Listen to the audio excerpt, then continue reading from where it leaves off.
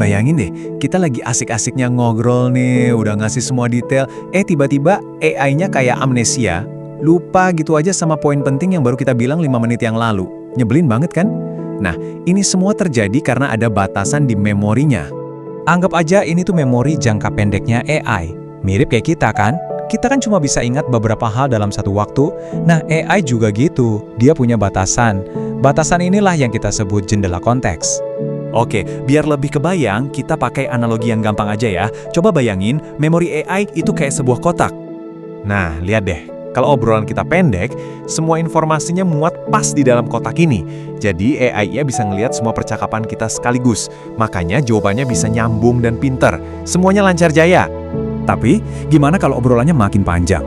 Nah, lihat nih apa yang terjadi. Kotaknya jadi penuh, bahkan sampai tumpah.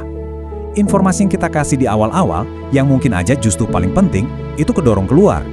Buat si AI, informasi itu ya kayak nggak pernah ada. Inilah biang kerok kenapa dia tiba-tiba jadi pelupa.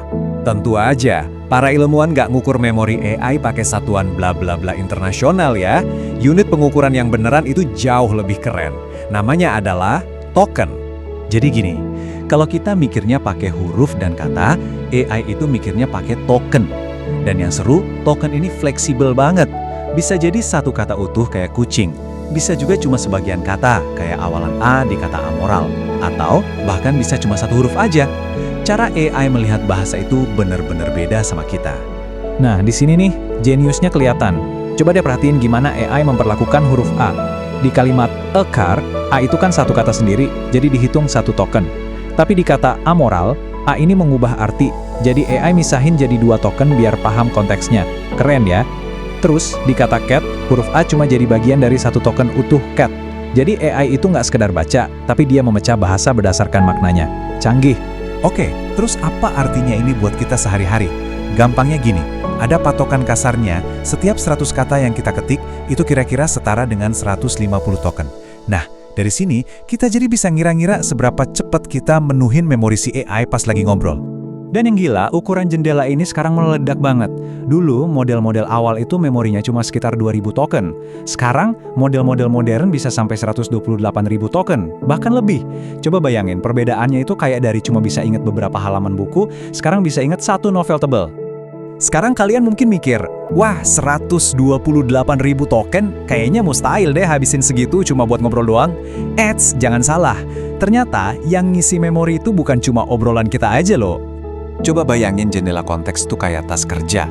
Isinya bukan cuma percakapan kita doang, ada juga yang namanya instruksi sistem, semacam perintah tersembunyi yang ngebentuk karakter si AI. Terus, kalau kita lampirin dokumen atau kode, itu semua juga ikut masuk ke tas. Makanya ruang memori itu bisa penuh lebih cepat dari yang kita kira. Kalau gitu, solusinya tinggal bikin aja jendelanya segede mungkin. Beres kan? Nah, ternyata nggak segampang itu. Justru, jendela yang makin besar malah bawa masalah baru. Setidaknya ada 3 masalah besar. Pertama, soal biaya. Ini penting. Kalau tokennya 2 kali lipat, biayanya bukan jadi 2 kali lipat, tapi 4 kali lipat. Boros banget. Kedua, performa. Mirip kayak kita lah. Kalau dikasih informasi kebanyakan, AI juga bisa pusing dan akhirnya malah nggak teliti, detail penting kelewat. Dan yang ketiga, keamanan. Jendela yang lebih besar itu ibarat pintu yang lebih lebar buat orang iseng masukin perintah-perintah jahat. Dan ini nimbulin satu fenomena yang menarik banget. Ada penelitian yang nunjukin kalau AI itu mirip-mirip sama manusia. Dia paling perhatian informasi di awal dan di akhir percakapan yang panjang. Terus, gimana nasib informasi penting yang nyelip di tengah-tengah? Seringnya, ya diabaikan.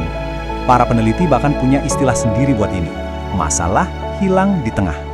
Jadi ya, semua ini akhirnya jadi semacam balancing act atau seni menyeimbangkan yang super rumit buat para developer AI. Ini bukan lagi soal lomba gede-gedean jendela konteks, tapi ini soal gimana nemuin titik pasnya. Titik di mana kita bisa kasih info yang cukup biar AI jadi pinter dan ngebantu, tapi nggak bikin dia jadi lemot, mahal, atau bahkan bahaya. Inilah inti tantangan dalam mendesain AI generasi selanjutnya.